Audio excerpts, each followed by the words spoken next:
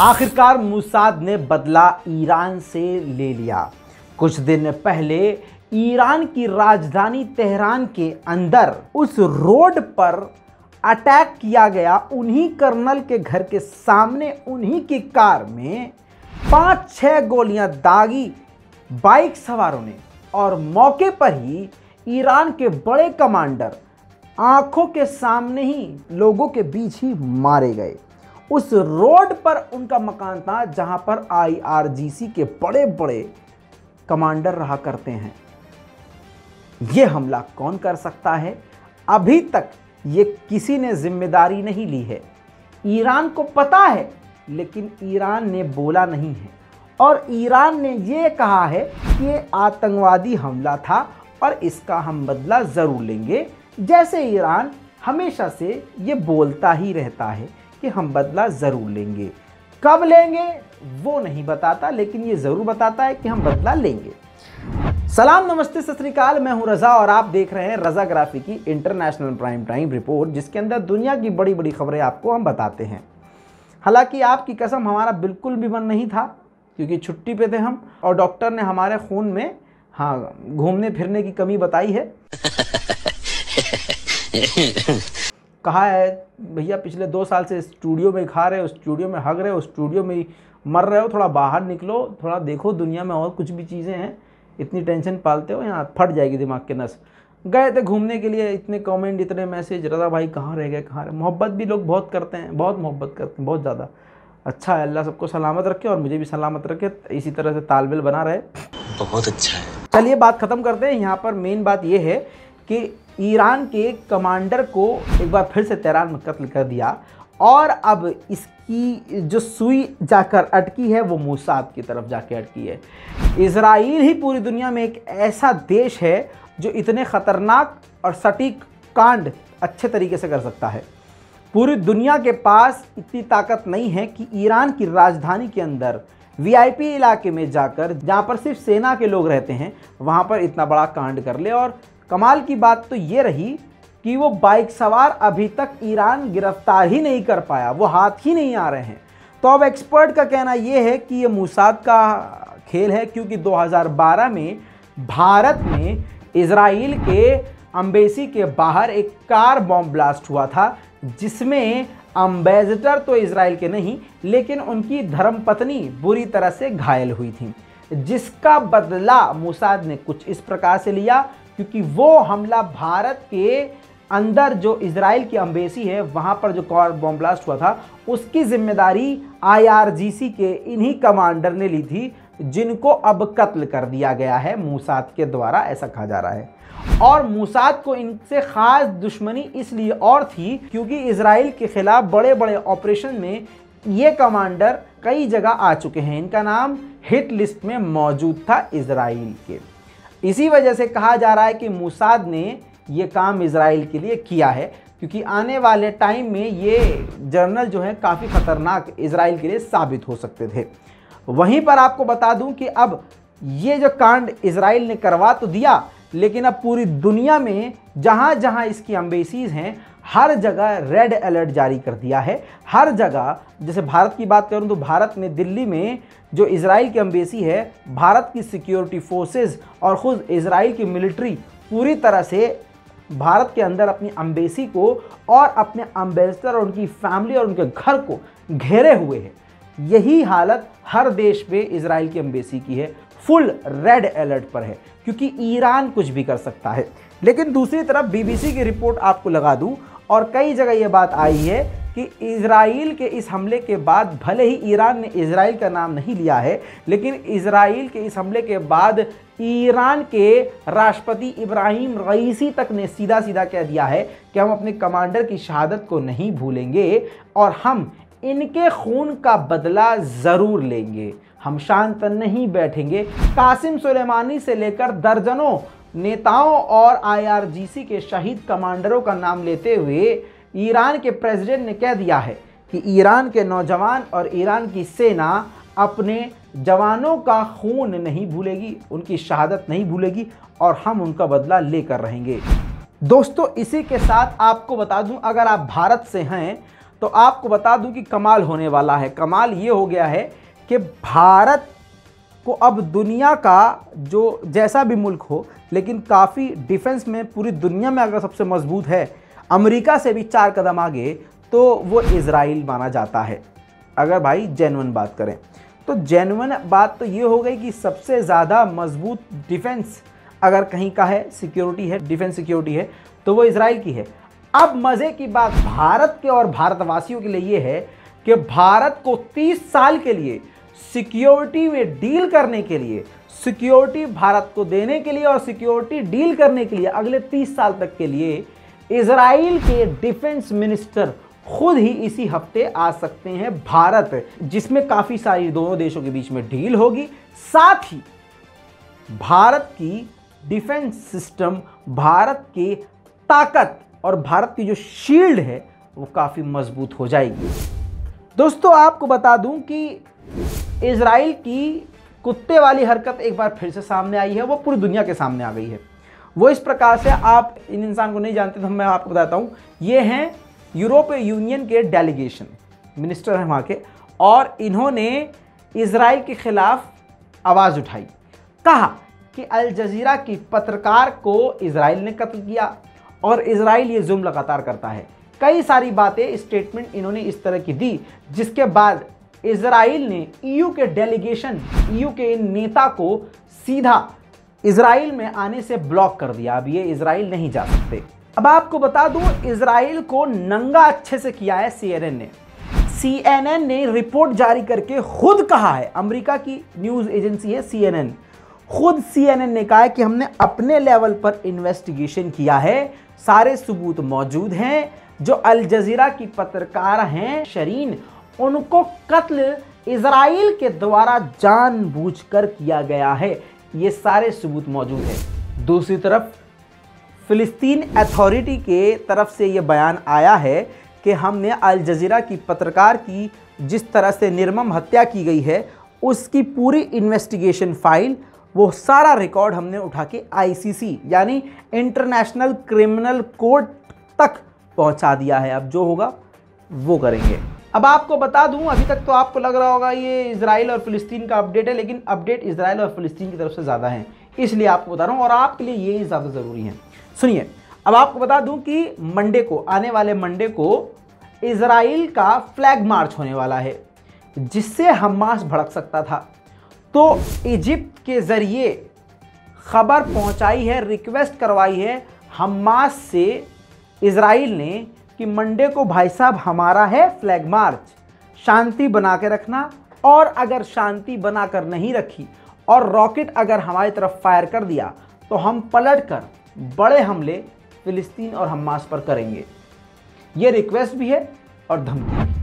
अब आपको बता दूं कि धमकी तो इन्होंने इजराइल ने दे ही दी और रिक्वेस्ट भी कर दी, लेकिन उधर से हसन नसरुल्लाह का बड़ा बयान आ गया। हसन नसरुल्लाह ने यह कह दिया कि अगर ये फ्लैग मार्च निकला तो बहुत बुरा होगा और इसके नताइज भुगतने पड़ेंगे इजराइल को, और अगर कुछ भी उल्टा सीधा हुआ मस्जिद अल अक्सा के आसपास तो पूरा इलाका फट जाएगा, यानी कुछ बड़ा हो जाएगा, बवाल खड़ा हो जाएगा। अब आपको बता दूं कि ईरान को सबसे बड़ा झटका मिल गया है, बहुत तगड़ा झटका।